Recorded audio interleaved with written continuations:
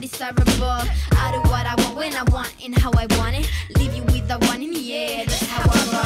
I got tons of soul. I'm a true collectible. Famous, also famous, #1 desirable. I do what I want when I want and how I want it.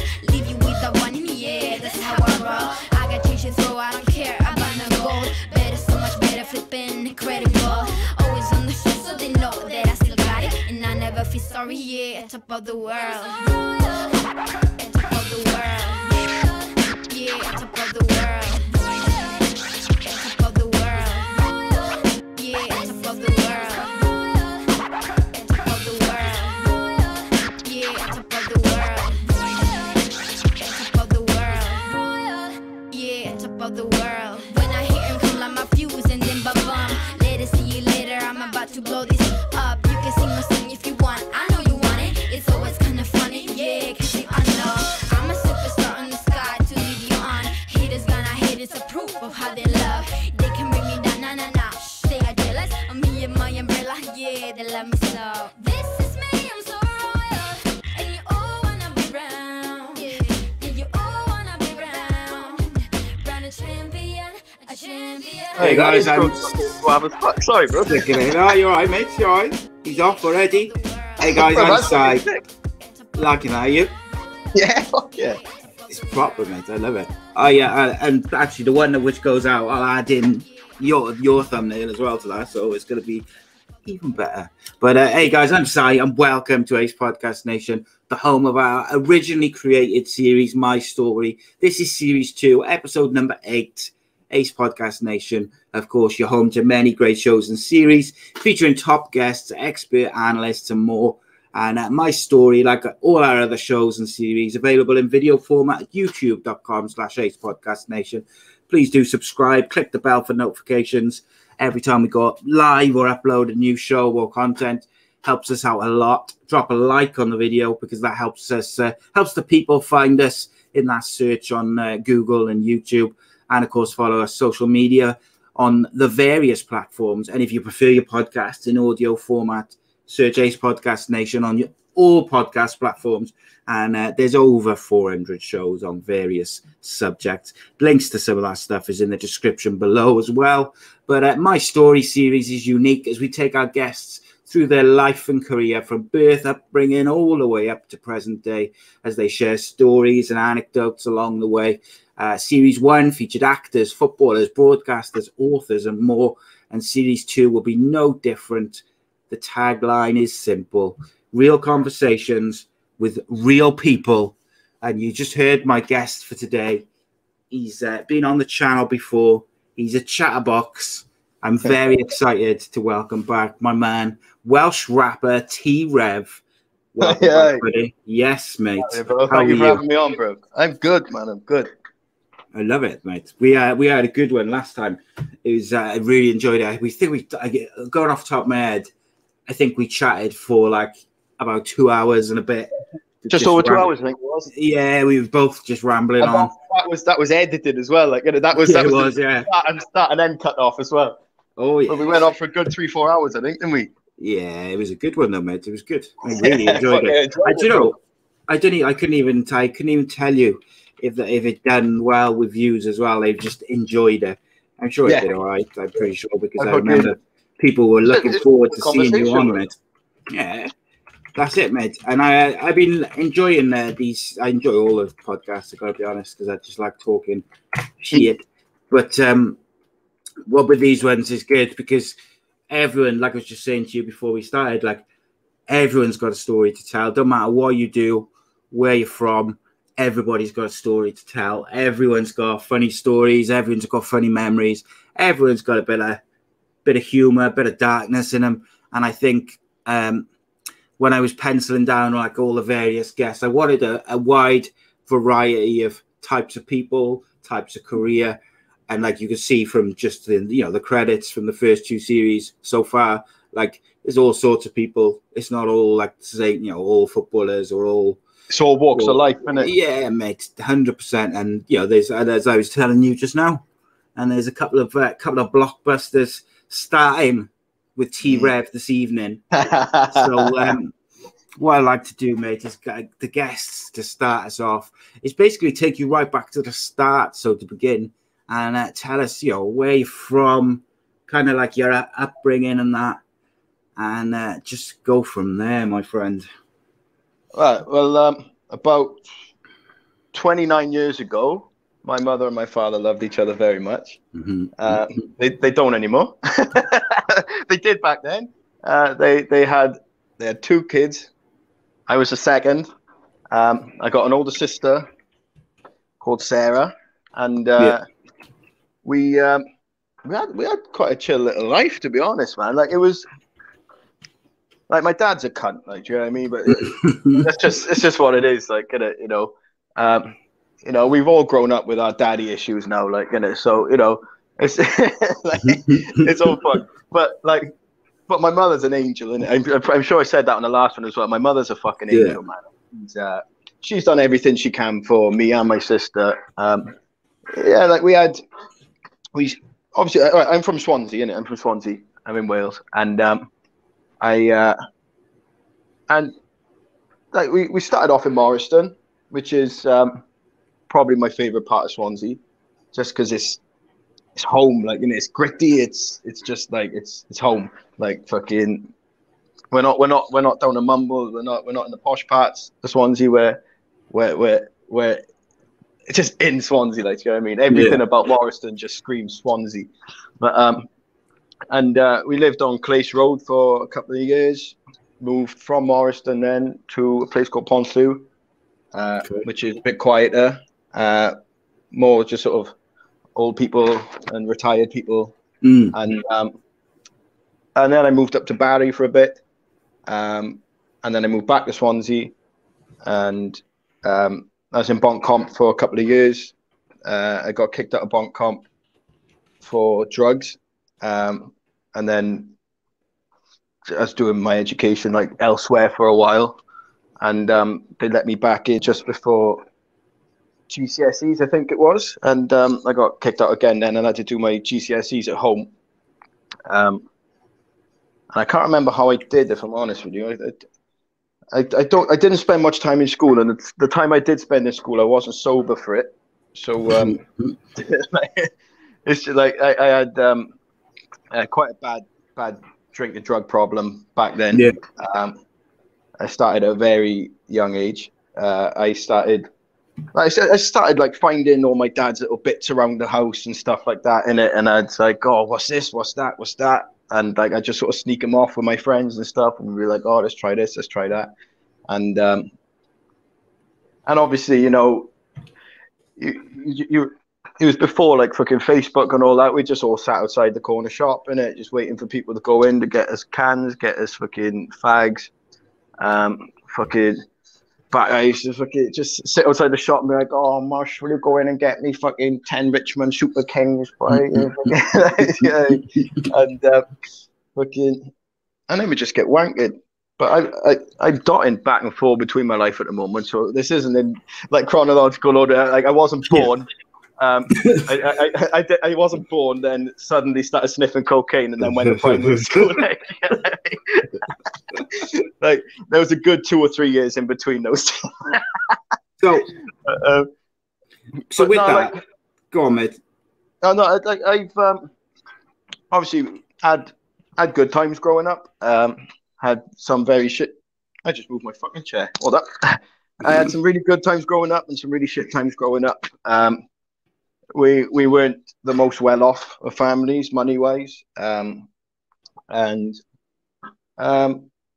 it was like, realistically looking back, I'm very grateful for the life that I've had, because it's taught me lessons that I needed to learn. Otherwise, I wouldn't have survived as far as I've got. You know what I mean? Like, it built me up. It built me up properly for the real world, and it.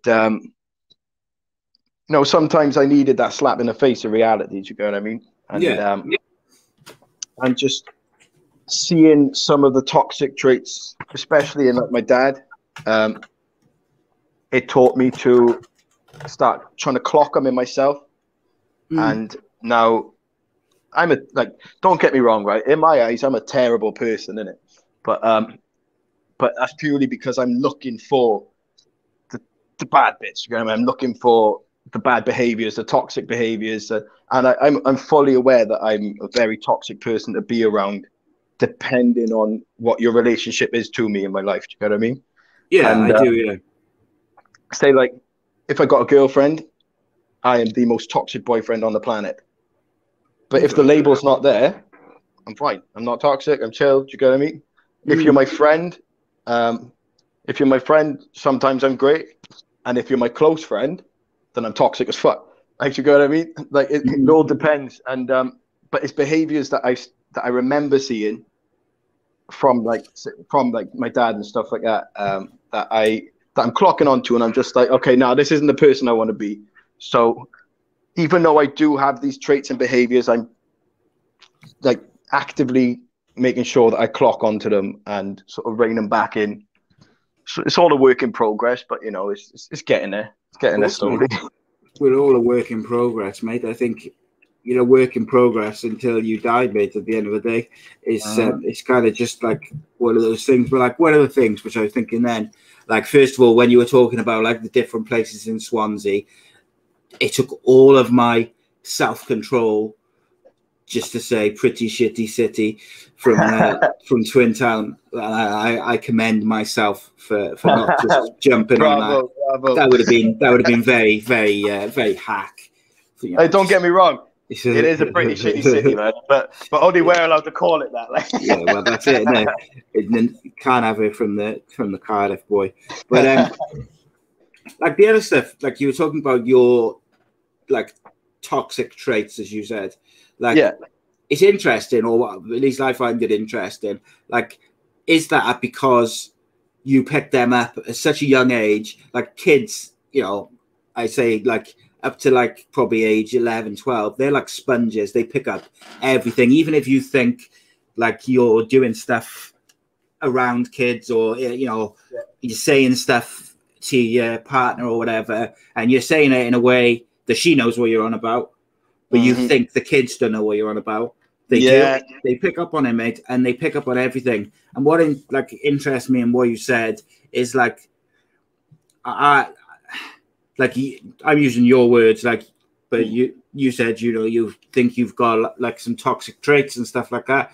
Is that because of things you picked up when you was younger from your father or from whatever, or is it stuff that's developed because you were using drink and drugs from a young age? I suppose you'll never 100% know. I'm sure it's probably like a combination, isn't it? But yeah, it's like a little cocktail of loads of different reasons. Like there are things that, like, say growing up, I'd see like how my dad would react to a situation, and then I'd clock the fact that he got away with it, and then I think, okay, that's how I'm supposed to behave. Like, and then growing up, then I started becoming a bit of a bully, especially to my mother.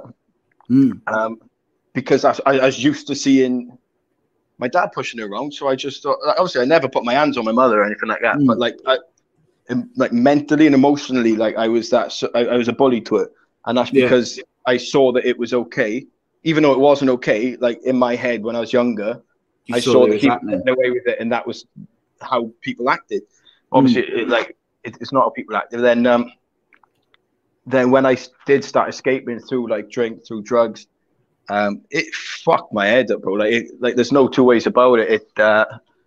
Like my brain hasn't been the same ever since I started, and it was just a lot of cocaine from a very young age, a lot of fucking ecstasy pills back when Smileys were still the fucking thing. There was just lots of fucking soap bar blow, fucking, because we couldn't get our hands on weed back in the day, and we'd just fucking all sit around the changing room block and just fucking burn off little lumps of fucking blow because it smelled like fucking Sunday dinners. And the fact that it smelled like Sunday dinners meant that it was shit blow, but it was getting us where we wanted to be. And then obviously I started experimenting with stronger and stronger drugs, and that's when my head started going scatty. And I started like I've always been paranoid. Like I've always been. I don't know whether that's just because I suffer from psychosis and stuff like that, or if it was something that triggered my psychosis to make me that paranoid. I think it's just a mixture of what I saw growing up, what I did to try and distract myself from things that I saw, and then like just a couple of other fucking things, like, you know, like in school and stuff like that. Like just all of it put together just makes one fucking mashed up ball of fucking bullshit in Trev's head. Like.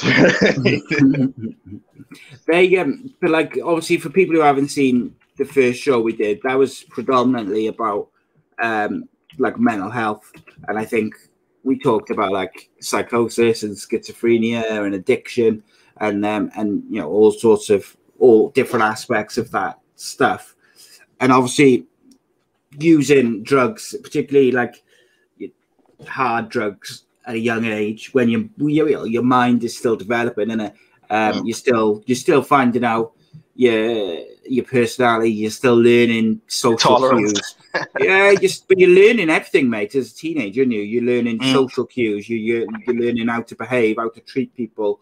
It's being a teenager is a mind fuck anyway.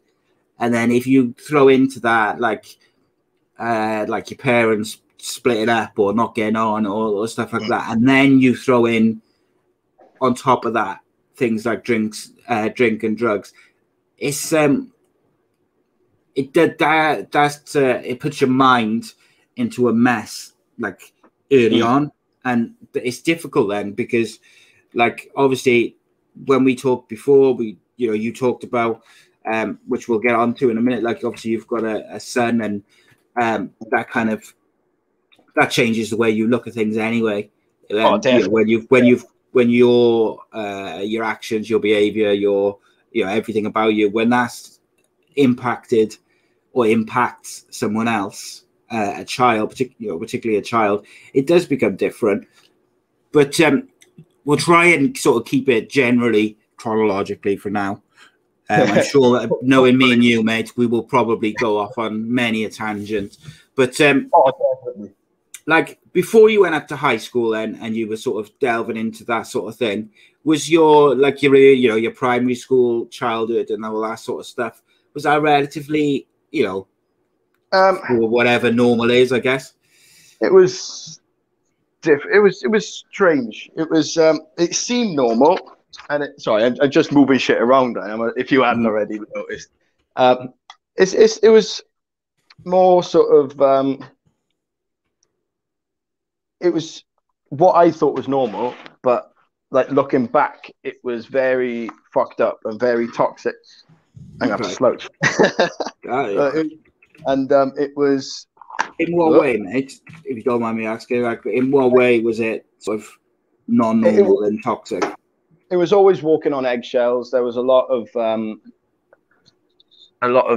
sneakiness, a lot of lies. Like, and that's not just my immediate family. That's my dad's entire side of the family, which just kept secrets. There was a lot of secrets in the family. I don't speak to that side of the family anymore, but there was a lot of shit that they were letting people get away with, or they were doing themselves and getting away with it. And it just shouldn't have been the fucking case, man. Do you know what I mean? Like they were very, like for instance, I was at one point, my nan used to sit me in one of the rooms in her house and say, "Oh, your dad really loves you, innit?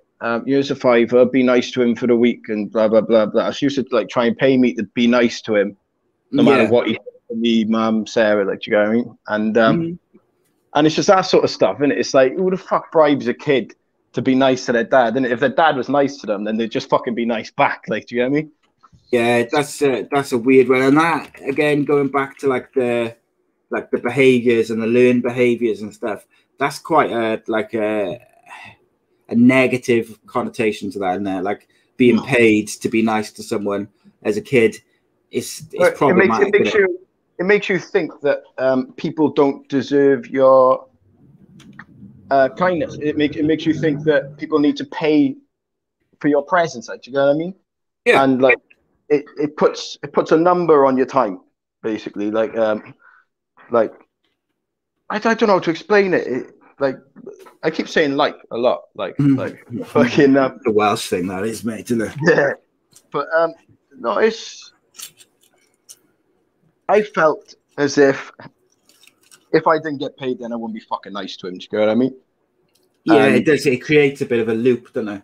Like, and then I'd expect, growing up, then I'd expect money out of situations, and I'd do, and then that's what ended up getting me into a load of trouble, because I started getting involved with drugs and then selling drugs, and like just fucking money was the motive constantly, and like it took me years to realize that I don't actually give a fuck about money. And I had to sort of retrain my own brain then into realizing that I don't actually care about money. I just care about peace of mind. Like, you know what I mean? I care about being able to fucking lie on the pillow in the nighttime and not have a guilty conscience, and just actually be able to go to sleep. Like, you know what I mean? Yeah, I do. Yeah, 100%, mate. I really do. And like, so like you say, so like your early childhood, you were already, you feel like you were picking up on kind of negative behaviors and stuff like that. What was like as a young kid, so like up to say age 10, maybe 11, before high school, what sort of things were you interested in? Were you like football or music or computers or what was it? What was I used to love football, but I think that was more because like every boy loved football. Like, do you know what I mean? Like that was just, and also, yeah, I loved music. Like I loved like David Bowie, fucking Johnny Cash. I loved, what did I used to, I used to love Robbie Williams, bro. Fucking Robbie Williams is the shit, man. He's still to this day one of my favorite fucking artists, bro. He's just fucking cocky as shit, man. Love it. But and fucking yeah, and obviously like just Nintendo 64 back then, bro. That was my fucking thing. Like, do you know what I mean? The stick fucking Zelda on Ocarina of Time, fucking, and just go for fucking gold on it, bro. So yeah, like I'd say music was a massive influence my entire life, because there would always be something playing in the background.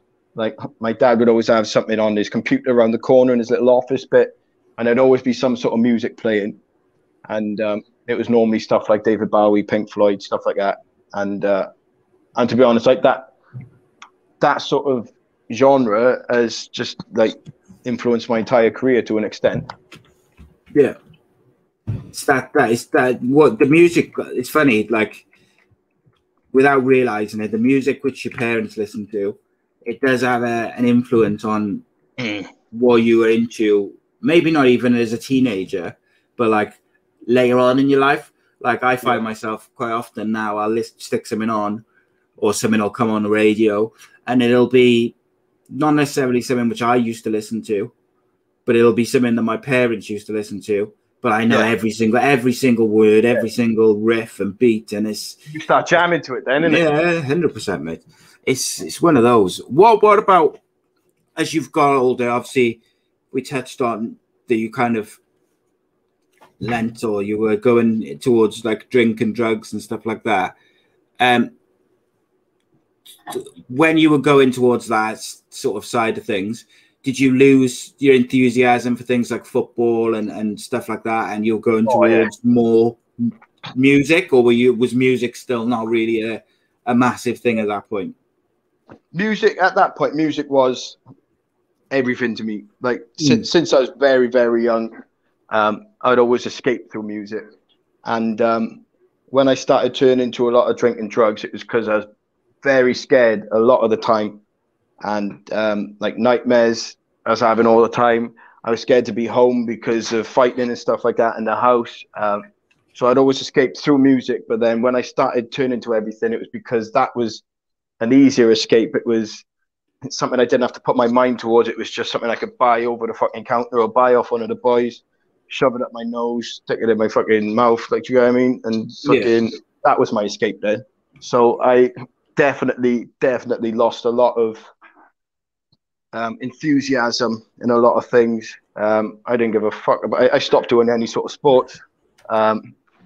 I just stopped caring. But I still kept music close to me because even back then, like even the stuff I was doing, there was always a song about it. Do you know what I mean? Especially with rap music, there's always, especially when it's like drinking and drugs, there's always a rap song about drinking and drugs. Like, do you know what I mean? It made me feel like I wasn't doing that much wrong because these people were talking about it. So it's like, oh, it's fine. I can fucking do it then. It's no big deal. Like, do you know what I mean? Yeah, that's it. And like the thing with music as well is that you can always find music to reflect your mood.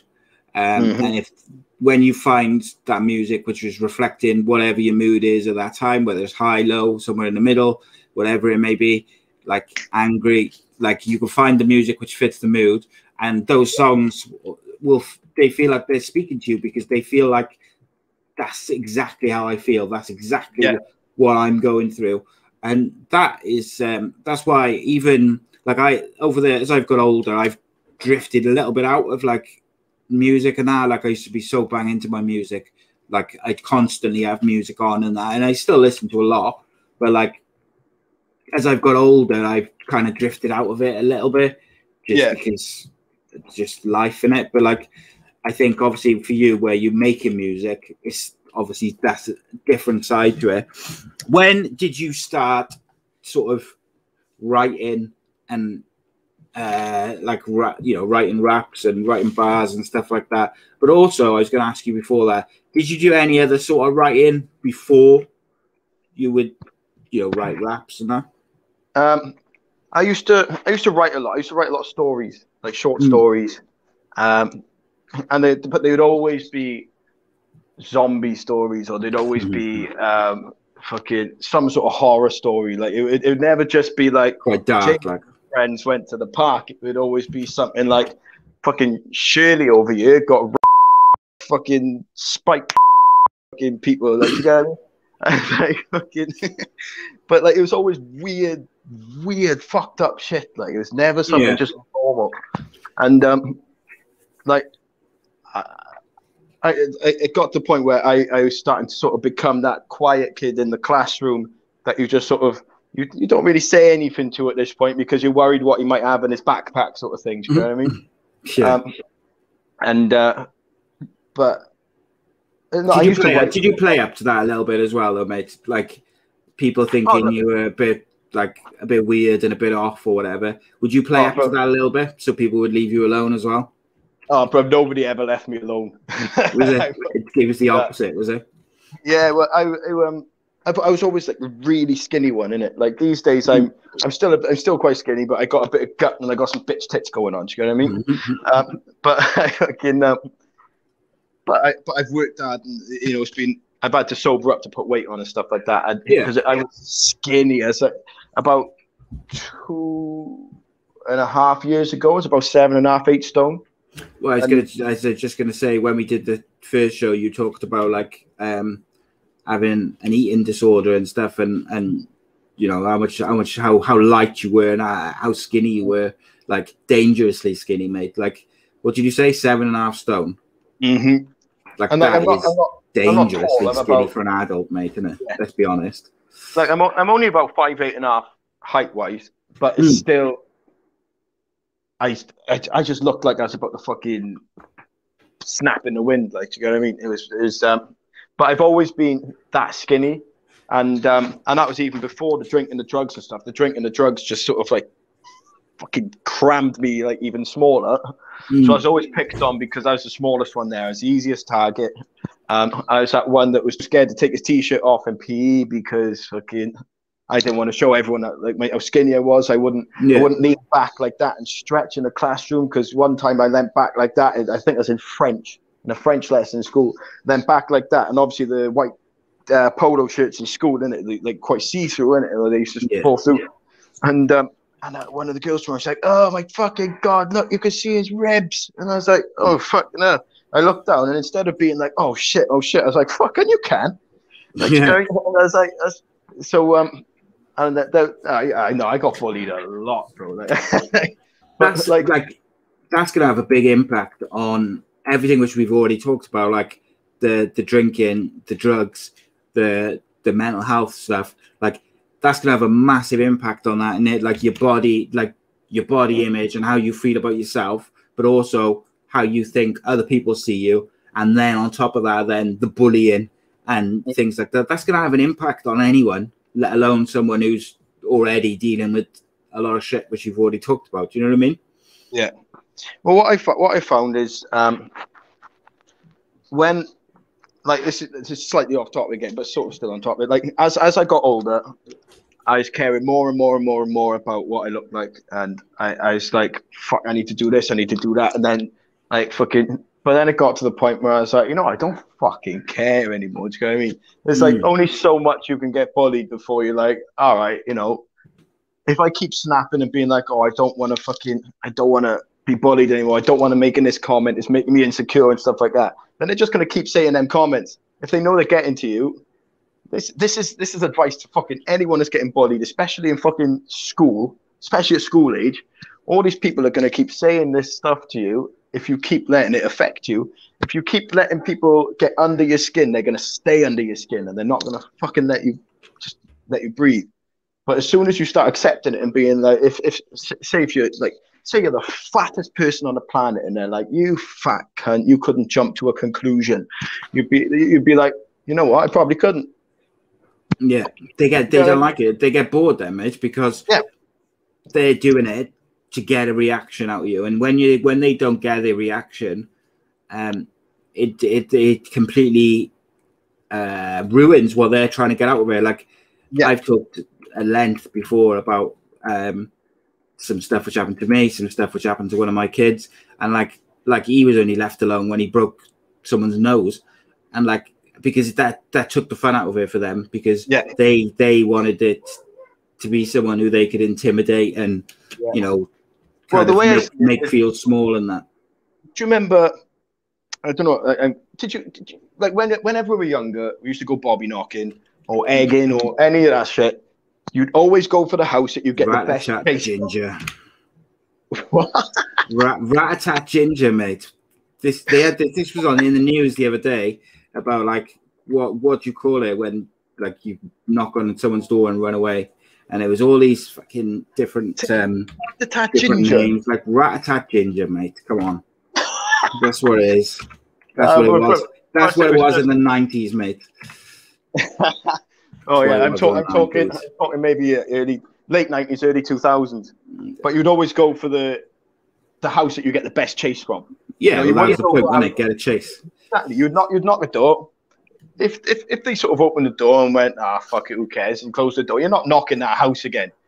If you're knocking the door and they're coming out swinging baseball bats and throwing fucking rocks at you and bricks at you, you're going to knock that house again, and it's the adrenaline rush. You want that reaction, and that's all bullies are. They're just looking for that reaction, and 99% of the time it's because they're insecure as fuck, and they want to take it out on somebody that they think they can make feel even more insecure. That's it, mate. 100%. So back to the original question. When did you start writing raps and that? I started writing raps. I started writing poems before I started listening to rap music. Okay. Just because it was just my way of remembering things. I'd write stuff down and I'd make it rhyme at the end, because then I'd remember what I wrote. Yeah. But as I was cleaning my mother's attic earlier, we pulled down something that my grandfather on my mother's side had written on my mother's 21st birthday, and it was a poem. And he's my idol, like he's my everything, like my paps was. He was like he's everything I want to be as a person, and like he's just fucking, I miss him basically. And but like he'd written my mother this massive poem, and I was like, oh, I love this. She goes, yeah, she used to write poems all the time. And I was like, what?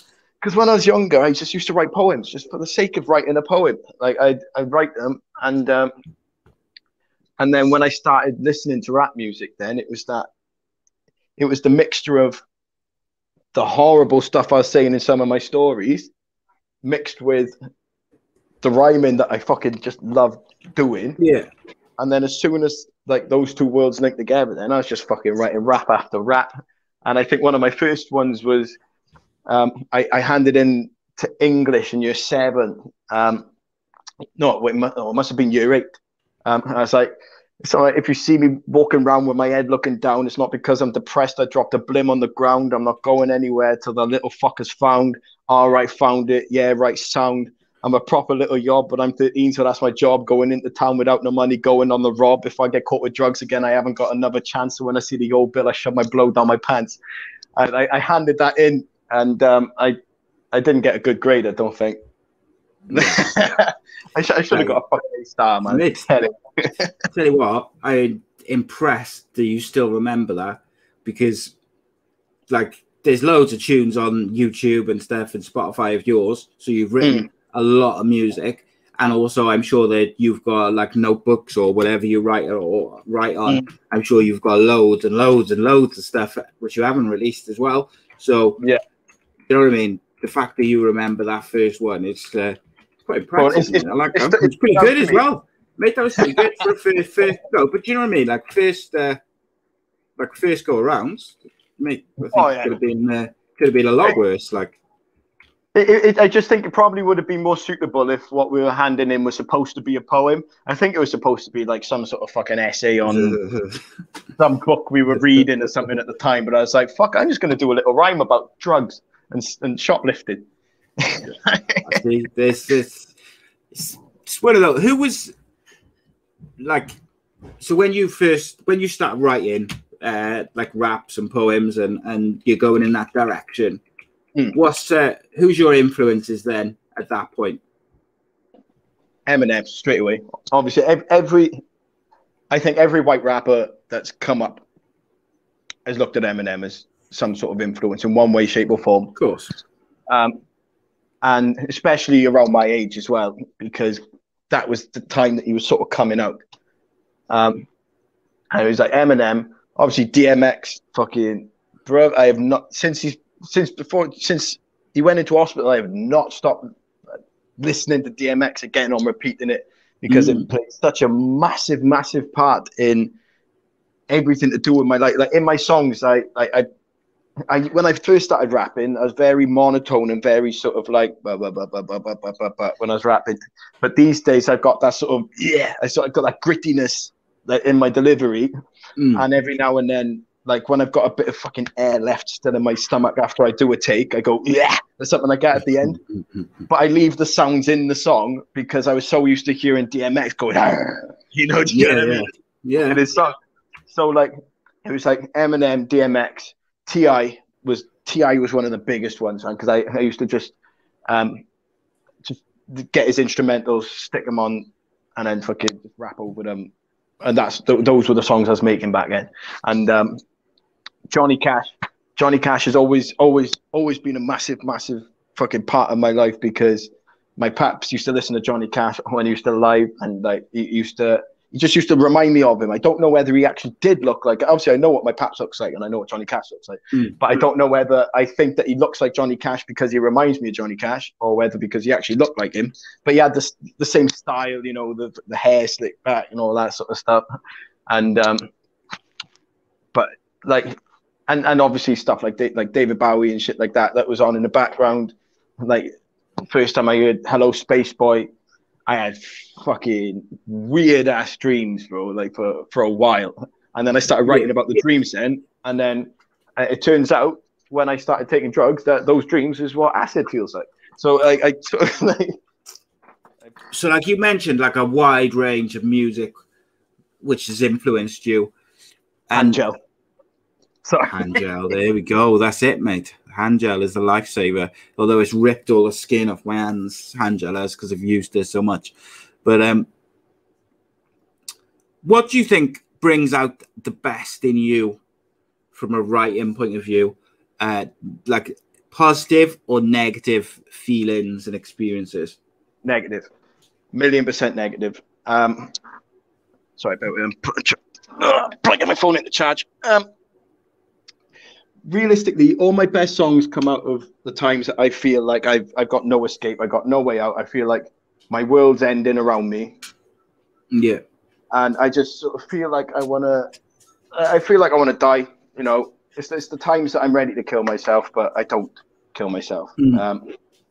It's the times where I feel the most hate that I get the best songs out. Yeah. It's the times I feel bitterness towards people, and I feel like I want to show people up. I want to prove people wrong. Do you know what I mean? Like I want to, and then that sounds cliche as fuck, but I don't mean prove people wrong. You know, the ones that say, "Oh, you're never gonna make it," blah blah blah. I mean prove people wrong in the sense of people who were like, "Oh, you know what? You're a piece of shit," and you're like, "Nah, fuck you. I'm gonna tell you. I'm gonna show you that I know I'm a piece of shit, but I'm not gonna always be a piece of shit." Like, do you get what I mean? Yeah, yeah. A lot of my music, obviously, as you know, like a lot of my music, pretty fucking angry or upset in some way, shape, or form. Like, and because a lot of my music is written out of bitterness. But Tears, the one that's up on there at the moment, am I pointing to it? Yeah. The one with the blood eyes. That song is a song that I wrote just after I finished my album. I wrote loads of suicide notes for everybody that bought the album to say like thank you, I love you, sort of thing. And then I was planning on releasing the song Tears, and then I was going to kill myself. That'd be the last anyone heard of me. And but somebody came into my life at that point then that made me not want to kill myself, and they made me feel like I was sort of worth something. And like it was just stuff I was convincing myself of, like, you know, like my son would be better without me, you know, like the typical sort of parent doubting himself, blah blah blah. Like, do you know what I mean? Yeah, I do. And, yeah, we've all been there, mate. But it's all, the more negative the feelings in me, the better the song. Oh, it fell. There we go. Yeah, I can imagine that would be the case, I think, because I think, unfortunately, like negative feelings they bring up a more wide range of emotions and stuff. And I think there's more to pull from in there than if you're happy and everything's great. It's a little bit more difficult to like write about that, I guess. But like I was saying to someone the other day. Sorry, carry on, sir. Yeah, go on. I was just going to say writing, like generally is therapeutic, and if you're feeling like shit, or you're feeling down, or you're struggling, like just generally writing, whether not necessarily that you're a rapper or whatever. So, for instance, sometimes people moan about my personal Facebook because I don't post a great deal of stuff on there other than podcasts. But what I do is if I'm struggling a little bit, is I chuck up like a fucking massive long post saying how I feel and why I'm struggling and this, that, and the other, because I find it therapeutic, and I just think, fuck it, it's my Facebook page. Literally. So I'll write what I want to write, and if I want to use it, exactly. If I want to use it for that, I'll use it for that. Because that's what I hate about social media, is that everyone's like, everything's so perfect. Everything's so great, and it's like, no, everyone's gonna be polished. Everyone's like it's only the highlights. Social media is only ever the highlights of someone's life.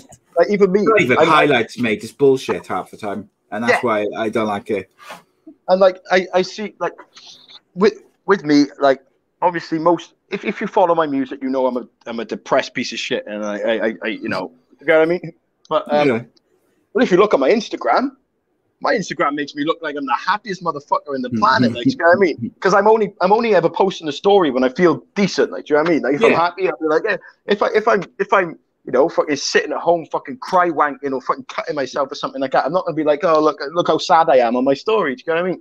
Yeah, that's what people never understand about social media, is that social media is only highlights, or like you said, bullshit.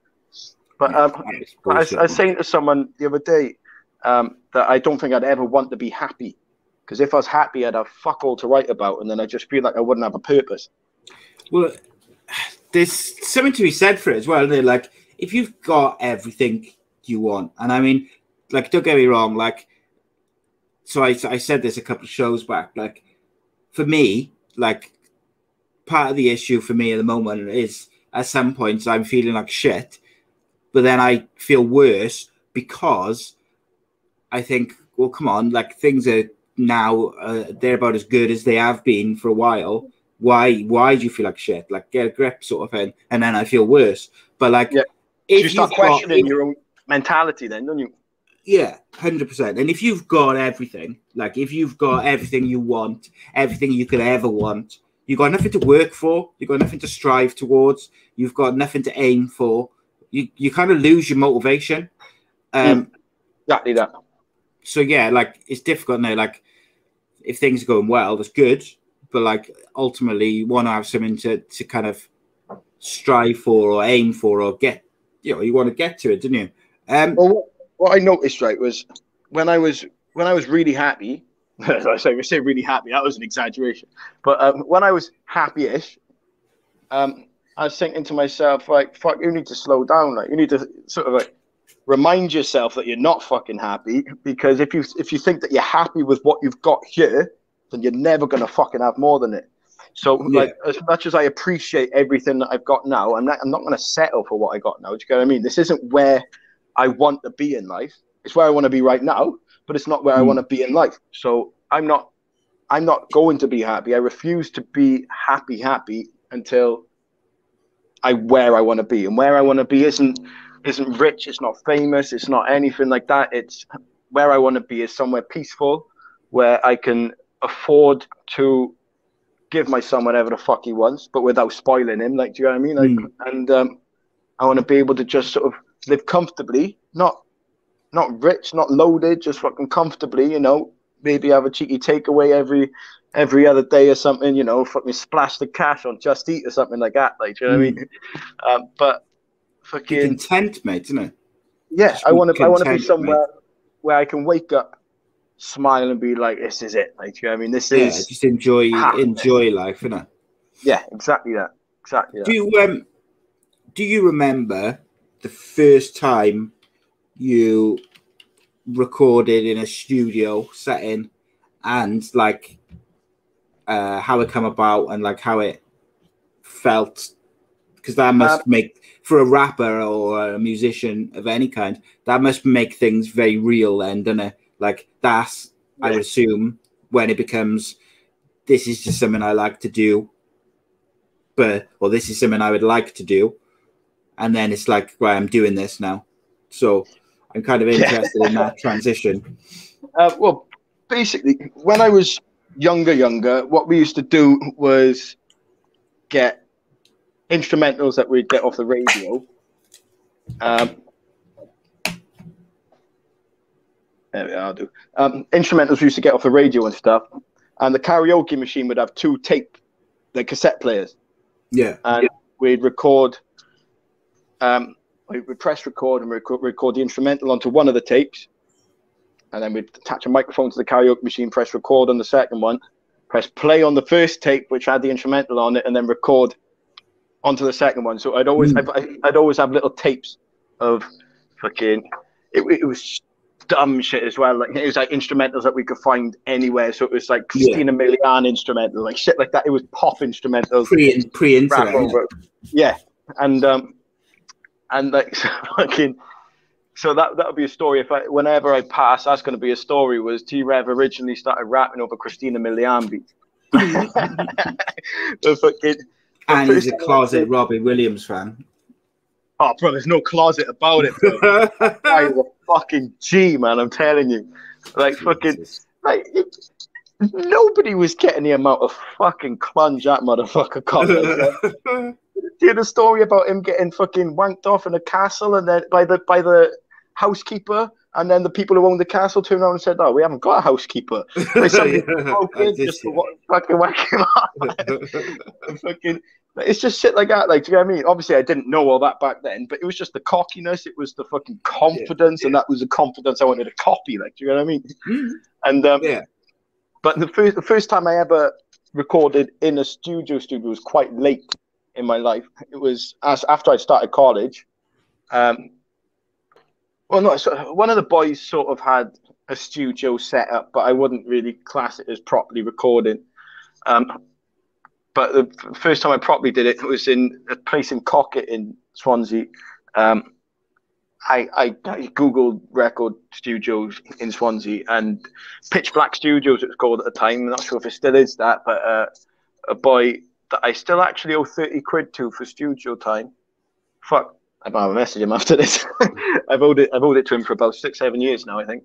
But Dan Angelo, his name is, and he's fucking really nice guy, man. And him and his brother were doing the guitar for Circus of Horrors. And like I went in there, I recorded a song called Anarchist, I recorded a song called Missing Person, and I recorded my remix of Machine Gun Kelly's Wild Boy. And and just listening to myself back on the tape, I was like, I fucking hate this. It sounded crisp as fuck, and Dan had smashed it, like the mixing and stuff. But because it was my voice, and like obviously when I'm writing it listening to someone else's voice doing it, and like with this like strong American accent, and that's the accent that I used to do for a while. I was like, yo, T-REV, and I was like, bollocks. And then that's when I started like trying to sort of kick myself in the right direction and be like, right, you just got to start being a bit more Welsh. Got to start being yourself, and fucking. But I have to say, Dan played a massive part in me recording and like carrying on recording, because he encouraged me, and it was nerve-wracking because I'm not good with new people. Like I'm really bad with new people. Like I'm really paranoid, I'm anxious, like I'm just not good around people. And but when I met him, I'd only ever spoken to him on email, and I met him. He was like, "Yeah, come in," and we just chatted and we chilled.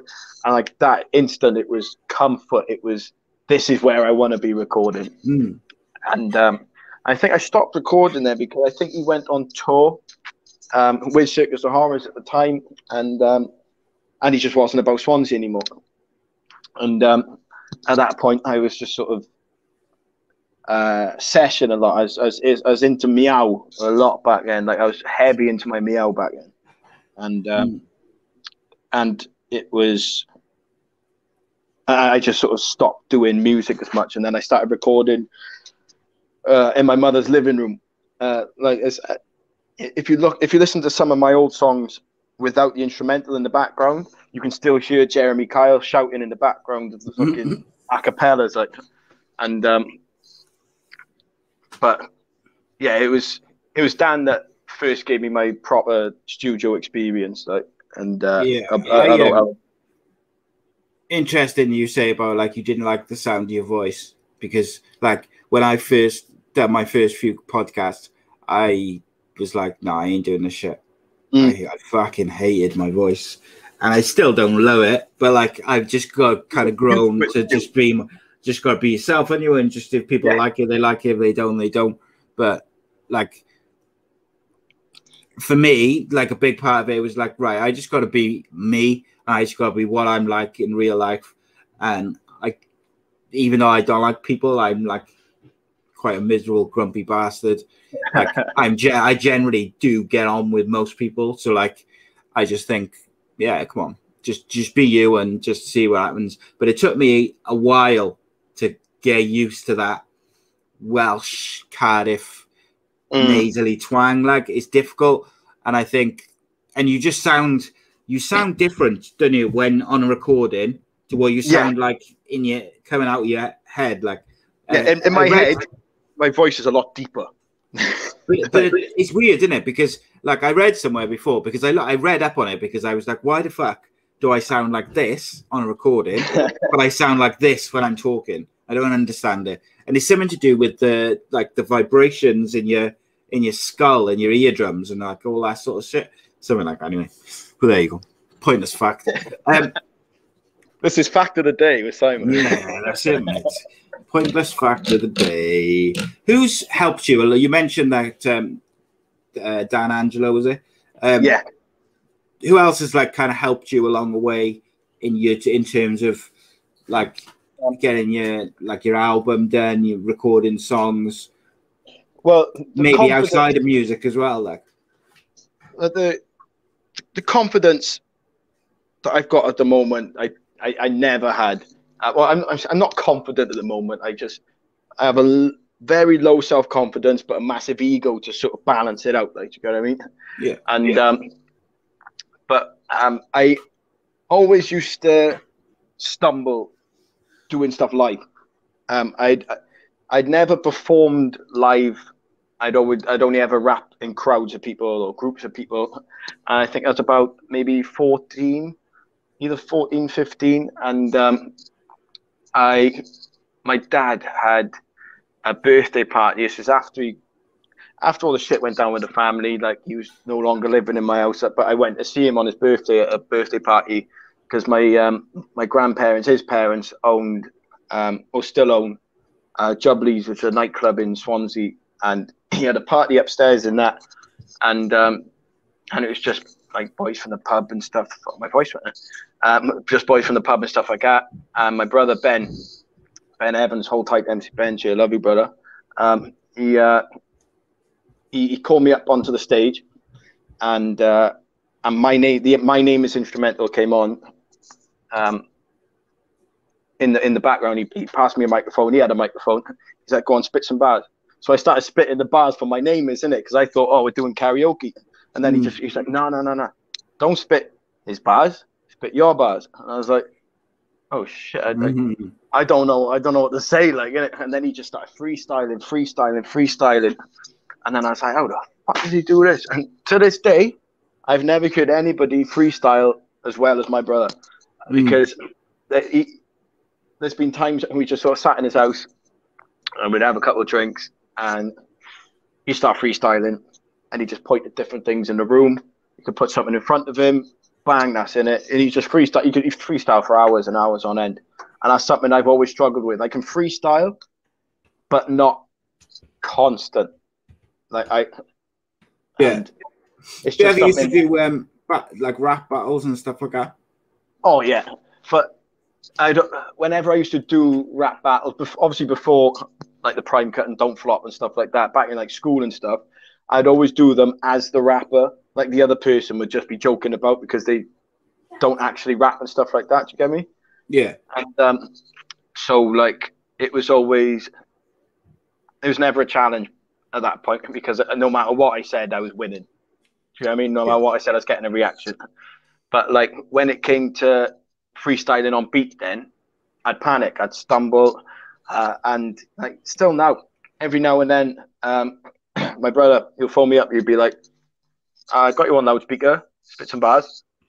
And I'd be like, oh no, I can't. He's like, just spit some bars, man. It's fine, just spit some bars. So I spit some bars, and then whoever he's with, then I can hear them reacting in the background, like, wow, fucking hell. And like that's what got my confidence up there. And it's like by the end of that night in Jubilees, we're fucking vibing, like we're proper vibing, and like I was just spitting, and then we went out the front for a spliff. We just started passing it round, we're still freestyling as the spliff was going around, and that was the night that I decided I was gonna take it seriously. Like, you know what I mean? I was gonna perform. And like I'd never thought about performing live before. I'd only ever done stuff behind the computer, just in like with my friends and stuff like that. And unfortunately, then Ben went to jail, and as I started doing more live stuff, and he's in my diazepam video that came out not that long ago. That's my big brother. Banging tune that was, by the way. Nice one, bro. I had a lot to get off my chest in that one, I think, and I just got it all out. And but he's out now. Do you know what I mean? And it'd always be a case of whenever I was doing a music video, it'd always be last minute, and I'd always be like, "Oh, I fancy doing a video now." I'd message Lems, I'd message Ripper, I'd be like, "Fucking, oh, you about? Do you want to do a video? Like, when do you want to do it?" I'm like, "Now. Can we do it? Do you want to do a video now?" And I never fucking really planned them out. Yeah. But with the diazepam video, I wanted to make sure that Ben was part of it, because obviously I say in the song, hold tight, Ben Evans on my back from day, we've been through hell and back. I could rap for days about the things you're going through, because that's my big brother, and we know we got each other till we pass away. And like that's something that, you know, I've never doubted. You get what I mean? Like, like obviously we have our ups and downs. Like he's my big brother, innit? Brothers disagree, but you're still brothers. Do you know what I mean? Like, 100%. No matter what goes on between me and him, he's always got my back, and I've always got his back. Like, it's Has he helped you through like difficult difficult periods and that. Like you've talked about on the previous show, on this show, like you have dark periods, you have periods. You've had a period where you wanted to kill yourself. You've talked about cutting yourself and things like that. Is he someone who can kind of help you through those periods and that? He's someone that has maybe not help you through it, but like he'll see you through it, if you get what I mean. But he's I don't know how to explain everything that I talk about when my head's fucked. He understands. I can sit there with him and I'll start saying, this is how I'm feeling. And before I finish saying it, he'll finish my sentence and he'll be feeling exactly the same. And that's what brought us close. What brought us close was music, but it was also what we were saying and just who we were. We suffer from the same demons. We suffer from the same addictions. And he's someone that's been through a lot, and he's been through enough to know how to help me out of certain situations. And when my dad just wasn't a thing anymore, like that's when he wasn't about. I was in the plough in Morriston, and this is where I met all the boys and stuff. And Ben just put his arm around me there. He's just like, don't worry, little Trev, I fucking got you. Like, you don't have to worry. Like, and since then I've been little Trev. Like, do you know what I mean? He's big Trev, I'm little Trev. That's where my rap name comes from. Is T-REV. It's just Trev. Yeah. And so he's always protected me. And whether that's protecting me from something that's going on outside, or whether he's protecting me from myself, he's always protected me. And we've always held each other's hands through shit. Do you get what I mean? Yeah. And I've seen a lot happen to him in his life. And he's seen a lot happen to me in my life. And we've always stood by each other when it comes down to it. Like, we'll go for a couple of weeks without speaking to each other, but if something needs to be done, it needs to be done. Like, we stood behind each other in court cases. We stood behind each other in doctor's appointments. Do you know what I mean? Like, it's just that bond. When the shit hits the fan, mate, they're the people who are there for you. And like, I learned, like, obviously just before we were doing this, we were talking about like the stuff with my back and all the health problems I had. Like, when I had my car crash, that changed my life, because I had life-changing injuries, which meant that things were going to change for me in a big way. And like, all the people, or a lot of the people who I thought had my back were my people, like, and I had a big circle, and I thought these are my guys, like, fucking disappeared. Yeah, I would say probably in touch with like one or two of them now, but people who I thought of as probably more like acquaintances stepped up, and like my closest friends. My circle now, mate, is smaller than it's ever been. Like, my closest circle of people who I genuinely trust, like, smaller than it's ever been, and I'm a lot happier with that, because I know exactly who I can trust and who I can't. And actually, I think because of that, because my circle is small, I found that I'm actually more inclined to make like more new friends, if that makes sense. Like, so like me and you get on and we'll speak like now and again and that.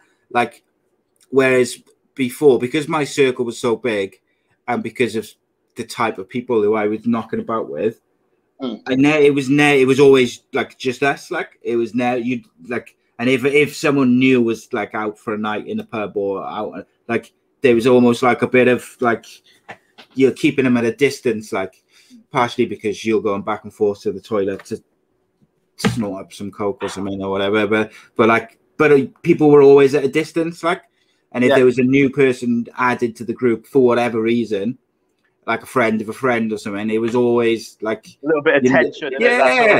And you never get to know anyone, and like, do you know what I mean?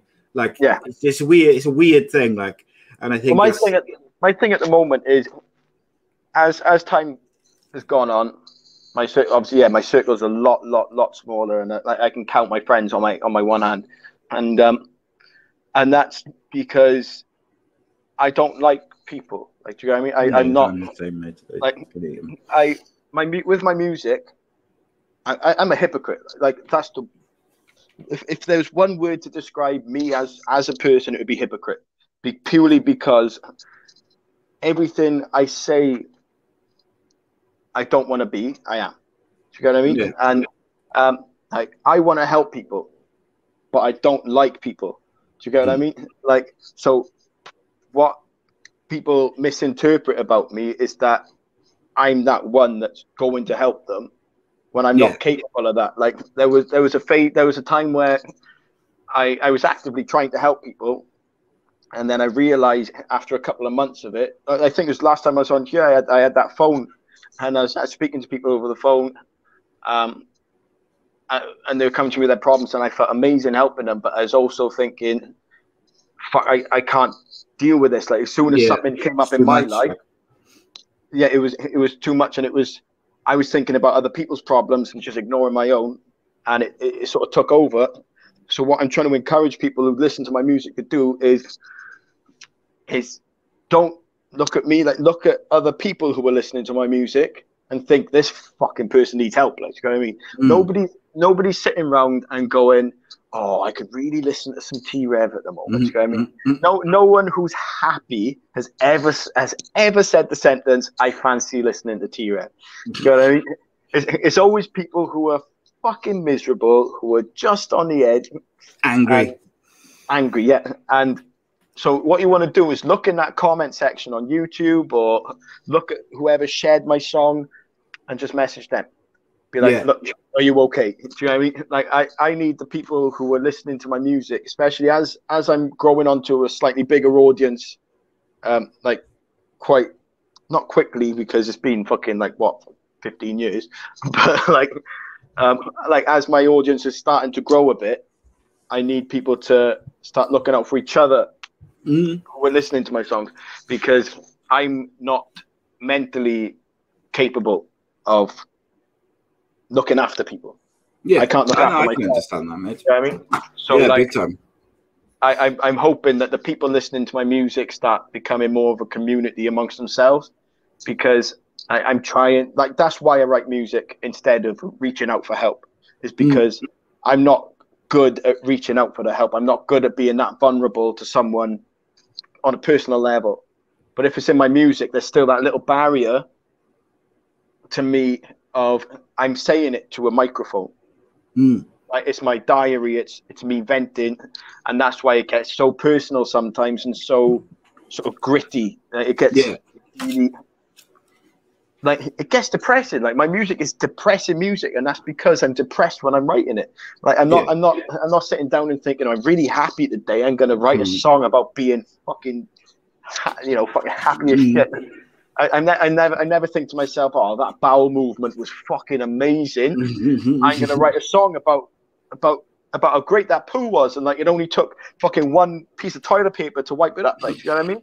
Like, it's always gonna be the shits that splatter the toilet bowl, and you run out of toilet paper at the end, and you still loads on the fucking thing, and you know you're gonna have to wipe again, so you fold it until you get to the point where you're using the cardboard. Those are the shits that I'm writing about. You get what I mean? I'm not writing about the good shits. I'm writing about the diarrhea. That's pretty much how I see it. Like, you get what I mean? And to be honest, I can't remember what the question was. I started talking about poo now, and I forgot what the original question was. Yeah, I mean, I can't even remember now, mate. But initially, like, I asked you about, like, people who've helped you, but I wanted to ask you, like, about, obviously, the last sort of year, 18 months with a pandemic and stuff. It's how was that been? Because obviously, you're open, you've got a few issues, like, but you've also got a son, you've also got music which you're trying to take to the next level. Like, how has the pandemic as a whole influenced all those things? It's been a blessing and a curse, because with my sobriety, January the 9th 2020 is when I decided to be sober, and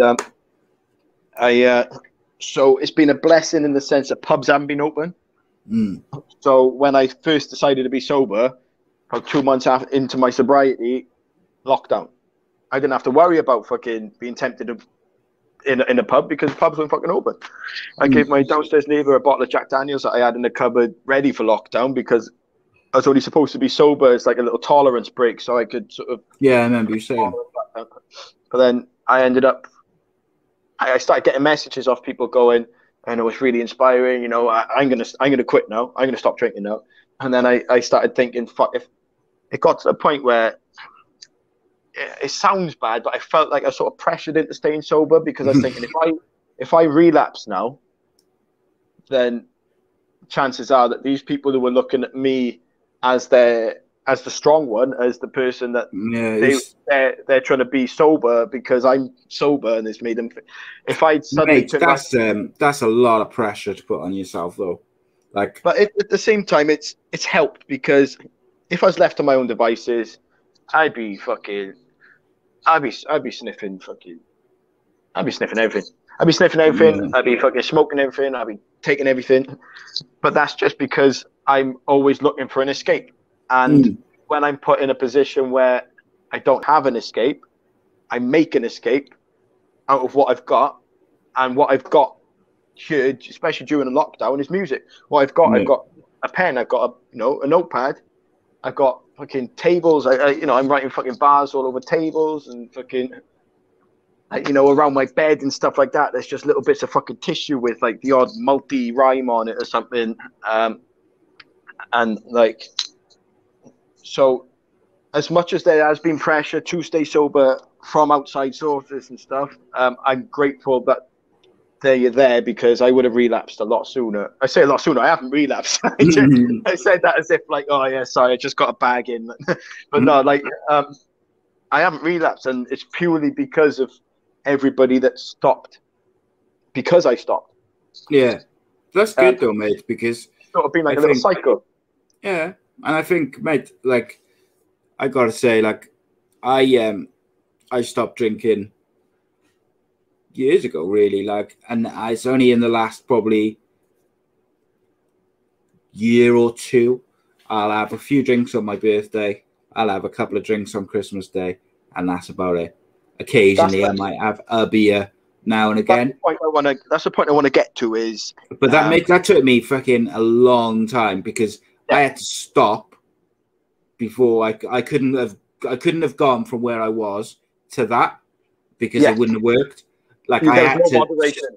Yeah, I had, because if I had one, I'd have 10, and I had to go to nothing to get there. And like, it took, and like for me, like it coincided with me having kids and stuff. So I did it once I got through the initial bit of it. I was all right. Like, I had enough stuff going on that it didn't really bother me. Yeah, and when I had my car accident, I didn't want to go out anyway. And the people who maybe I would have gone out with stopped coming around, so it didn't matter. Did you get to the point, though, at all where after your accident that you started getting too friendly with the painkillers? Well, yeah, but my problem is, like I was saying to you, mate, so like I'm in pain constantly, like 24/7, 365. There's nothing I can do. I can't get away from it. So I've had to manage that and get to it. Like, I take the maximum dosage of oxycodone, like the long release ones, take in the morning and the night. And I got all the fast acting ones, which I have to take throughout the day. And like, without them, I can't get out of bed. But like, I had to find other ways to manage it. And like, unfortunately, because I've been taking them since 2008 now, so I was taking morphine for like a couple of years. I didn't like the way it was making me feel. I felt like I was clucking for a fix by like 5 o'clock every night. I did not like it. So I asked them to change me onto something else, and they changed me onto oxys, which are a bit, I find they don't make me feel as grotty, and they don't make me feel as much like a fucking smackhead. But I've been taking that type of medication now just to be able to get through the days. since 2008. Like, make no mistake, my body is addicted to that shit. And if I take my tablets or whatever late, or I miss a dosage or whatever it could be, like, I am clucking like a chicken. And it's bad news, mate. And like, I would like to stop taking that medication, because I know it's not doing. Yes, it means I can get out of bed and I can function and I can have a bit of independence. But if I stopped taking it, I would feel better mentally. My body would be healthier. And you wouldn't feel like you're on a sort of a timer as much as well, in it, because you wouldn't have to keep having the dose at certain times and stuff like that. 100%, mate. And like, I spoke to the doctor about it. I said, look, like long term, I want to get off these tablets, because I'm pretty sure my body's addicted to them. They're probably, they're not doing anything good to my insides, let alone my mind and that. And like, then I think, like, I probably have to go into some sort of like hospital or whatever to do it, because it's been such a long time. Yeah. And like, they're like very much it's like, not something you'll be able to do at home, especially with oxycodone as well. It's some of the nastiest withdrawals you can get, really, in it. Oh yeah, it's horrible, mate. But like, I have no choice, because, and I got to say, like, for someone who's had issues with other stuff over the years, I've been spectacularly good with not going over the prescribed amounts, mate. And when I talk about, like, I've talked about on various shows, problems with gambling, problems with drinking, problems with pills, coke,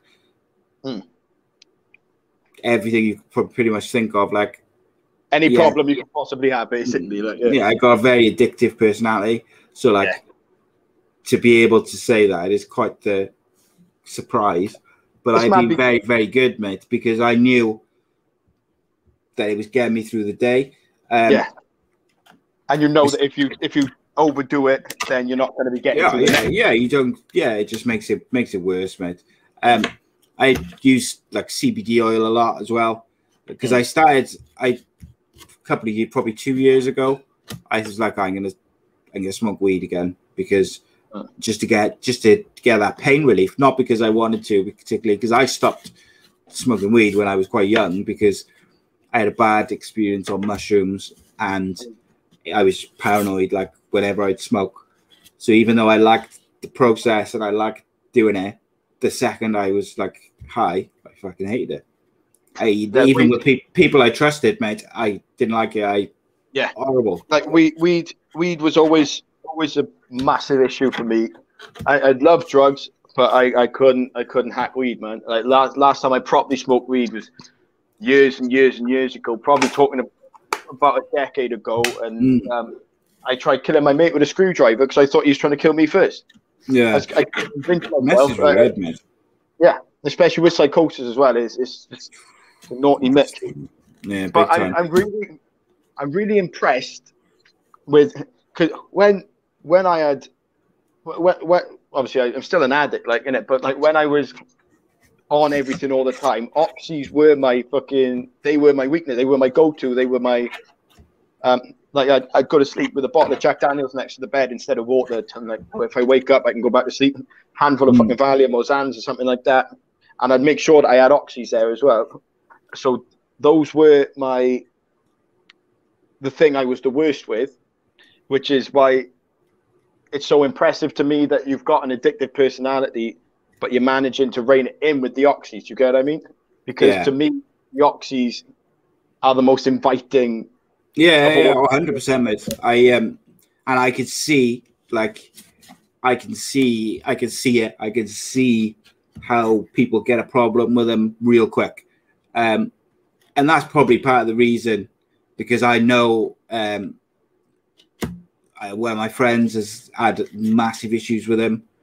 So, like, pretty much destroyed his whole life. Like, so, like, I've got that as well, which I think if you've got someone, it's not like, it's almost not even like someone, you read about them on the TV and different people who've had issues with them over the years. But like, if you know someone personally who nearly lost everything, like, it's kind of got that little thing. But to finish us off, mate, a couple of little things I just wanted to have a quick chat about. Yep. First music video you recorded, what was it? Where was it? What was it like? I'd say first proper one I recorded was probably, like, we did like little ones on like the camcorder and stuff like that, like when we were young. But like I'd say the first one that I had edited together for me was probably the Wild Boy one. Like there's videos, there's probably still videos on YouTube of me before that Wild Boy one. But like when it comes to like actual videos that wasn't just me and one of the boys pissing about, sort of it was Wild Boy, and that was in someone's house in Town Hill in Swansea, and I was just doing stupid shit for it. Like I got one of them to smack me as hard as you could in the dick with one of those fucking wooden swords. I was doing like flips into just doing like backflips into stupid shit, and like drinking fucking. I was just doing the whole fucking Steve-O vibe, like, and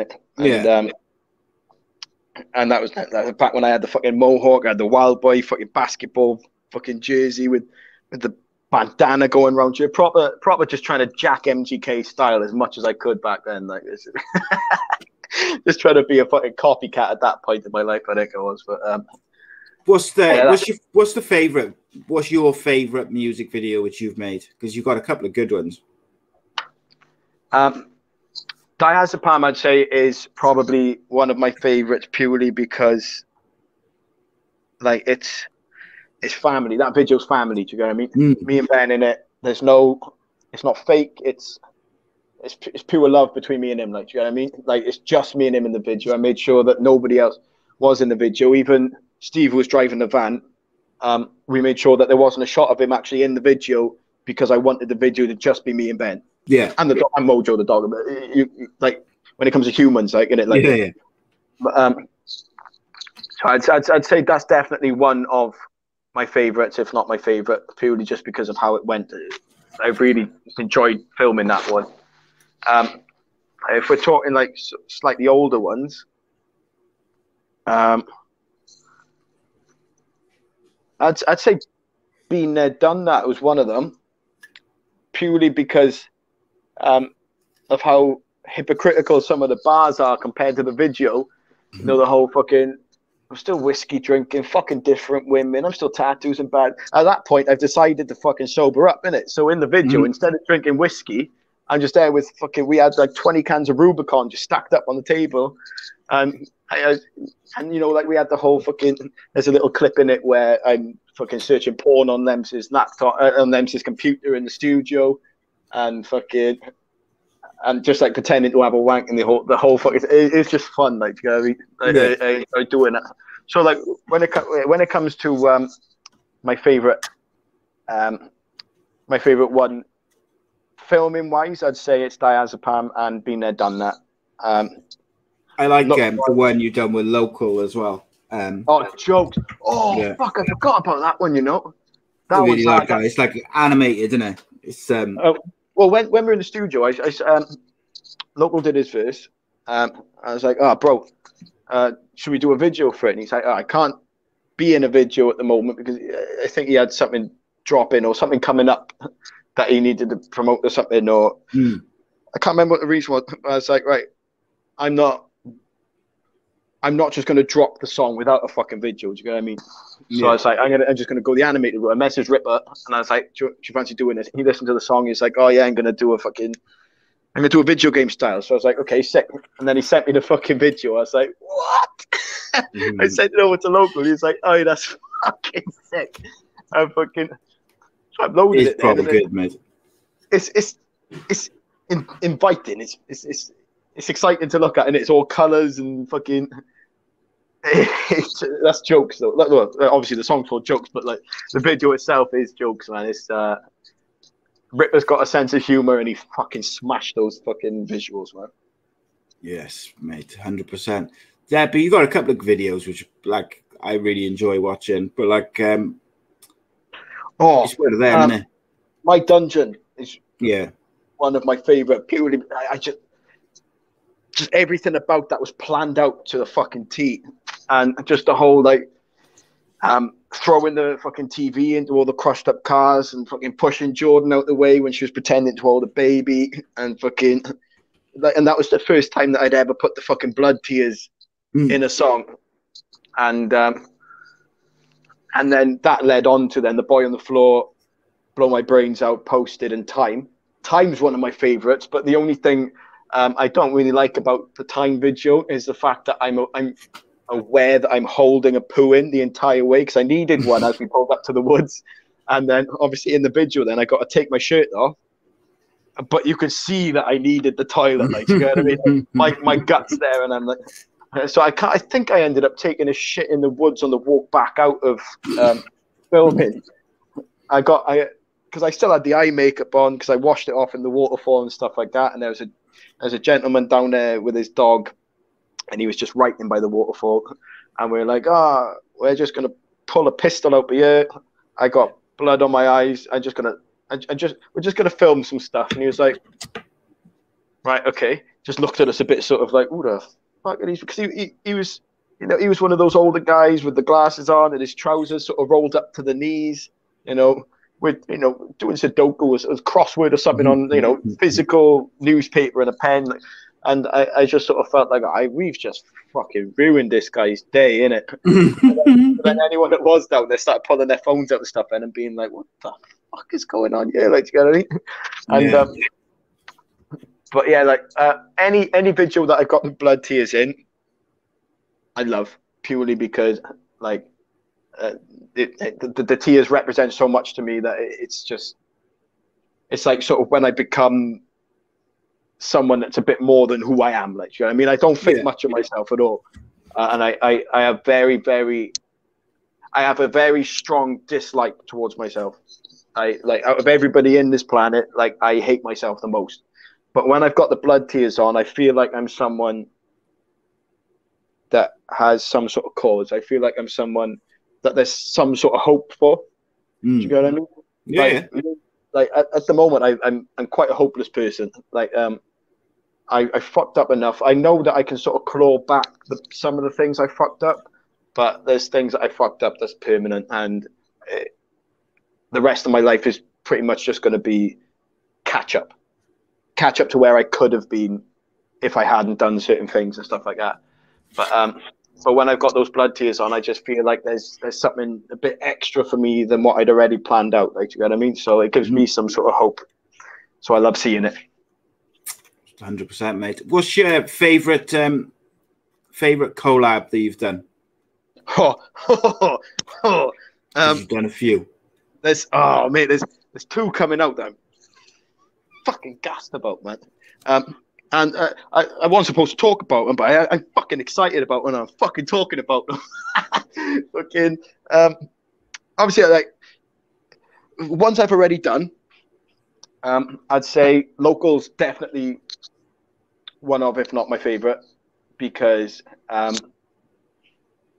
just the song itself is just fucking, it's just funny, like, you know what I mean? It's lighthearted, it's nothing too serious.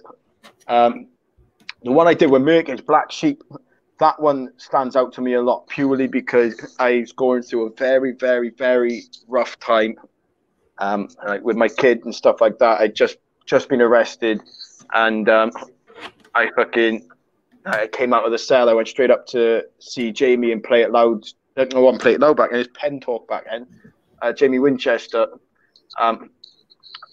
he still does all my recording now, and I got all the time in the fucking world for Jamie, man. Jamie has had my back and encouraged me and mentored me and just molded me into an artist rather than just someone to spit in bars. And mate, I'm fucking forever grateful for everything he still does for me, and is probably going to do, because he's just one of the fucking best people on the planet, man. I swear down. And but so I went up to see him, and I'd messaged Wesley at that point, saying, look, do you want to be on this song with me? This is what it's going to be about. It's going to be about being a dad. It's going to be about just not feeling like you're fit enough to it's just not feeling like you deserve the child that you've got, that just feeling like you fucked up, but you know that you can do better. And we met up in the studio. I did my verse, and he was like, I like that because like the raw grittiness in the vocals. And then he did his verse, and then at the end of his verse, I heard the we didn't have a chorus at this point. Harry Hash Jam, she's somebody that I worked with years ago, and then Beatbox Hand put me in touch with her again after. I say worked with her. We sold life insurance next to each other, and she sung. We got back in touch, and she sung the chorus for me. But it was after we'd already done our verses. We were in the studio doing our verses. Sorry, bro, I keep getting fucking back and forth. Right. And Wesley done his verse, and at the end of his verse, he was like, "Daddy's doing good. Yeah, Daddy's in his zone. Only a couple more months, son, and Daddy's coming home." And I was like, "Fuck, I love that." Like, you know what I mean? It's like something there. Like, that's. It's like that needs to be said a couple of times, because I don't think, like, just the weight of what he said there at that point in time just hit me, and I sort of started feeling like when he said it in the booth, I felt a little bit sick. I sort of felt that sort of tightness in my chest. I was like, "Fuck, man!" Do you know what I mean? Like, I was very close to having to raise Travis from a cell, and I was just very, very lucky. Yeah. And so when he said it, I was like, "We can do an outro to this." Like, do you know what I mean? Like, I was like, "You say it again. I'm going to say, we're going to do it line for line." So then he goes, "Daddy's doing good." And then I go, "Yeah, Daddy's coming. No, Daddy's in his zone." And then we sort of do it back to back. And then we do it together at the same time. And it's just something that it'll stick with me because of how important that was to my life at the time. And it's just every now and then, like, when I look at Travis, when I look at my son, I'm just thinking, "Daddy's doing good. Yeah, Daddy's in his zone. Only a couple more months, son, and Daddy's coming home."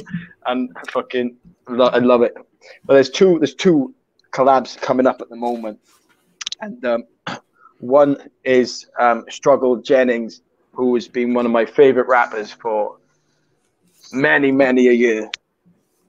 That was unnecessarily posh, me saying it like that, but like he's Do you remember Waylon Jennings? Yeah. Country singer. It's his grandson. And is it? Yeah. And he went to jail for like I think it's like $2 million worth of cocaine or something like that. And he served his time. He came out and he bettered himself. He turned himself around entirely. He came out of fucking jail like fucking head just fucking, and just started like fucking just dropping some of the hardest fucking hitting lyrics I'd ever heard in my life. And when I was going through all the rough stuff with my son, social services and all that, even though he was like had his thing going on over there, like he was very well known, he was in demand, he still took the time out to message me back and be like, "Yo, don't worry, you know," and he'd check in, and he messaged me. I'm pretty sure it was around the time that he got married, and he messaged me saying, "How's your boy doing? He's getting big now." And I was like, it's just something little. Yeah, didn't have to do it. Like, yeah, do you go? And that just said everything there was to say about him as a person. Do you know what I mean? Like, 100%, mate. He's a very family orientated person, which is what I aspired to be like when Travis was born. I was looking up to Struggle a lot, and Scatterbrains, his producer, produced My Dungeon. He produced After Me on the album. He produced, I can't remember. He's produced a couple of songs for. He's produced Kings and Queens, Cry Outlaw, Black Sheep, White Trash Love. He produced all them for me, and I messaged him. I sorted the Struggle feature out, and I've sent the song off. I'm waiting for Struggle's verse to come back now, and but I can't fucking wait for that. That song's gonna be banging.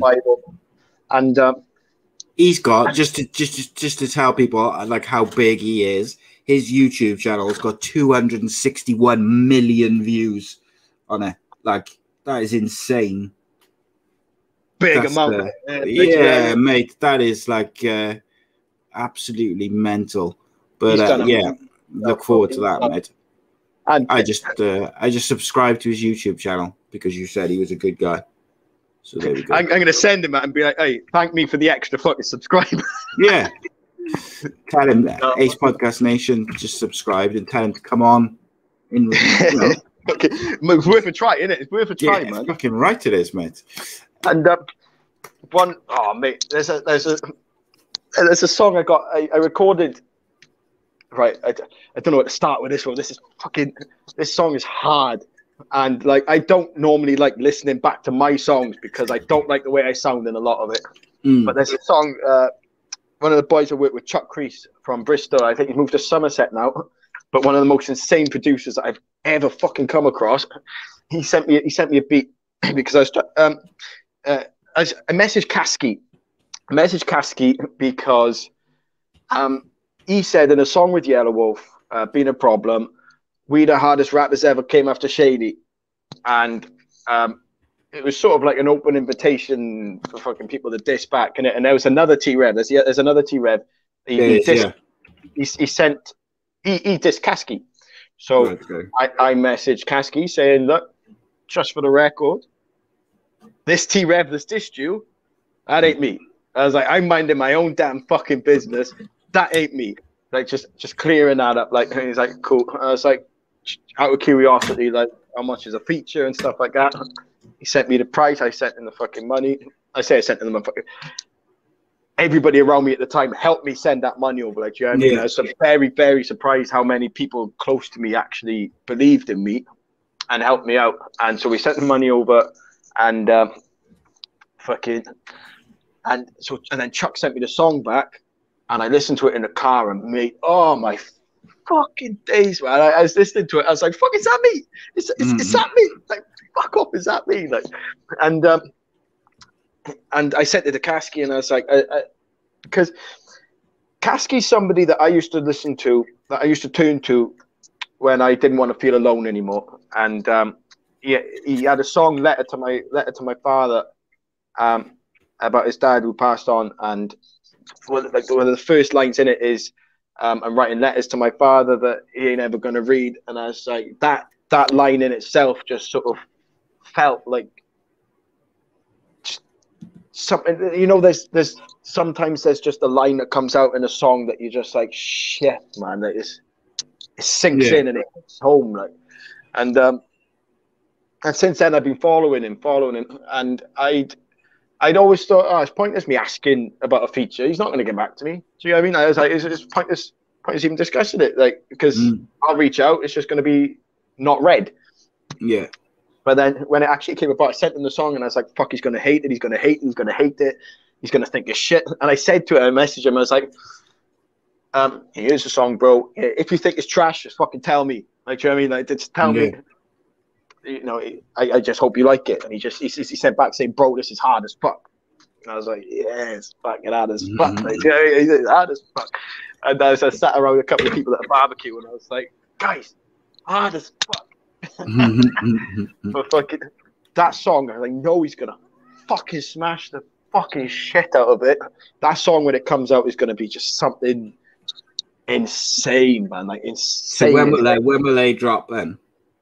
But there's 3 EPs coming. I got an EP like of UK music, like sort of grime, and the Diazepam's going to be on that EP. I got that coming out. I've got like a sort of country rap, southern rock style EP coming out. I'm doing with City Chief, but the song with Struggle is going to be on that one, and that one's produced by Scatterbrains. And the song Hand on the Bible with Struggle is going to be on that EP. And then I've got another EP then called the Sad Man EP, which is entirely produced by Chuck.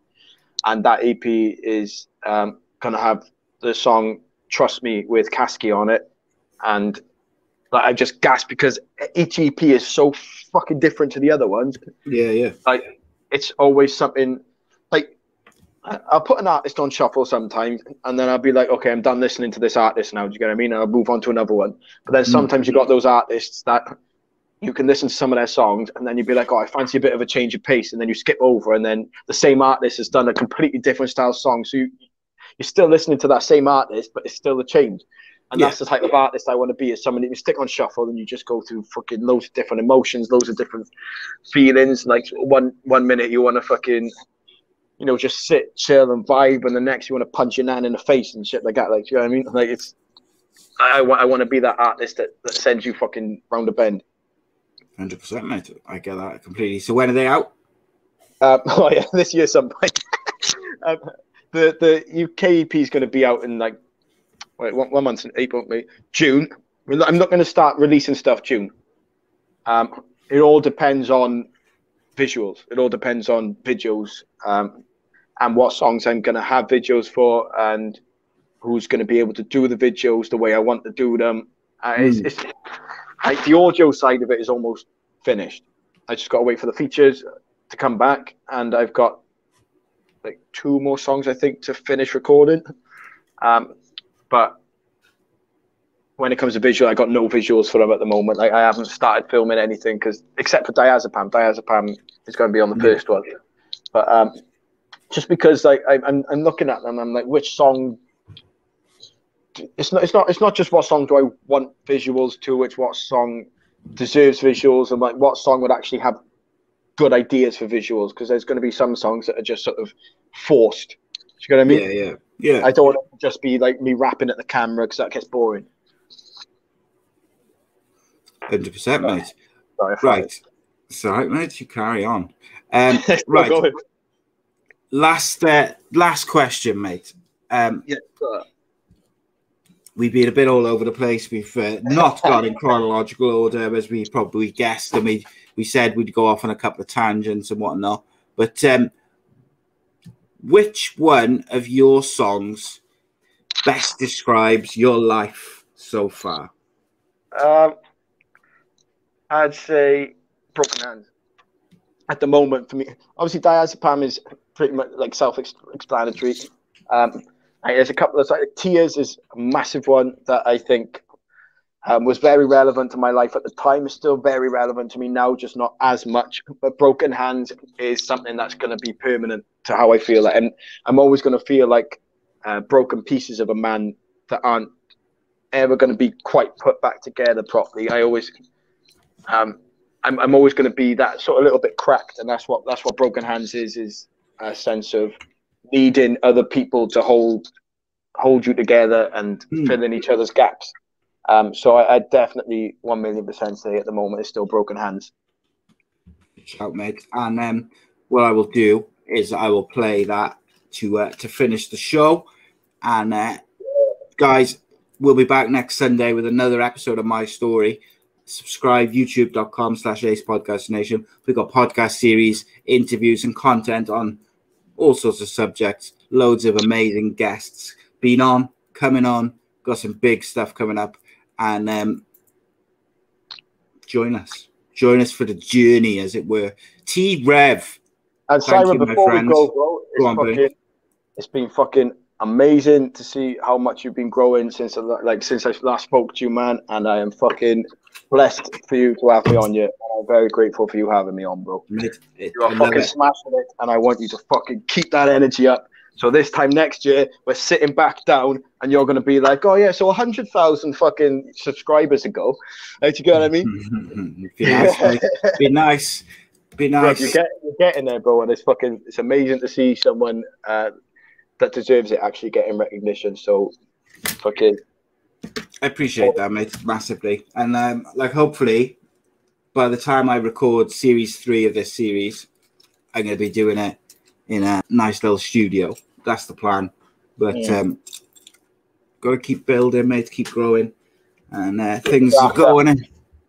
But I appreciate your kind words, mate. And as always, mate, I enjoy our chats. We go off on all sorts of wild tangents.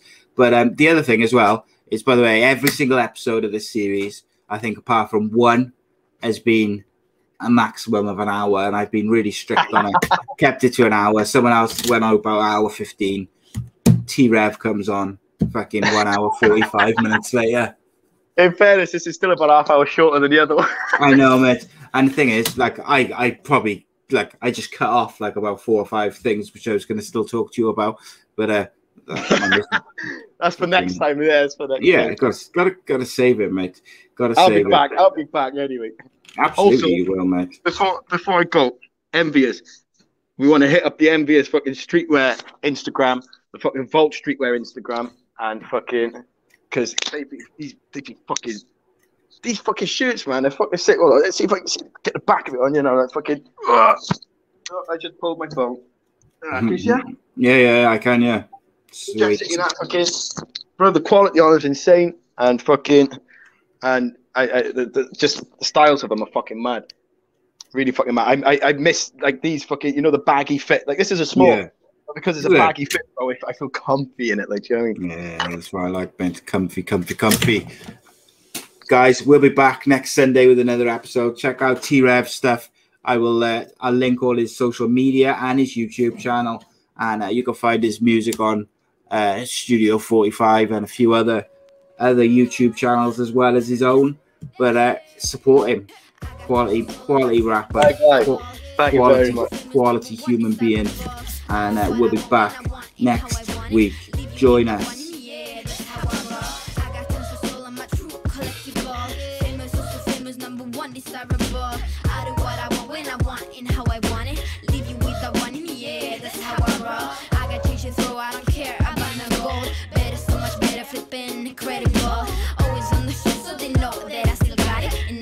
Sorry, yeah, top of the world. Top of the world. Yeah, top of the world.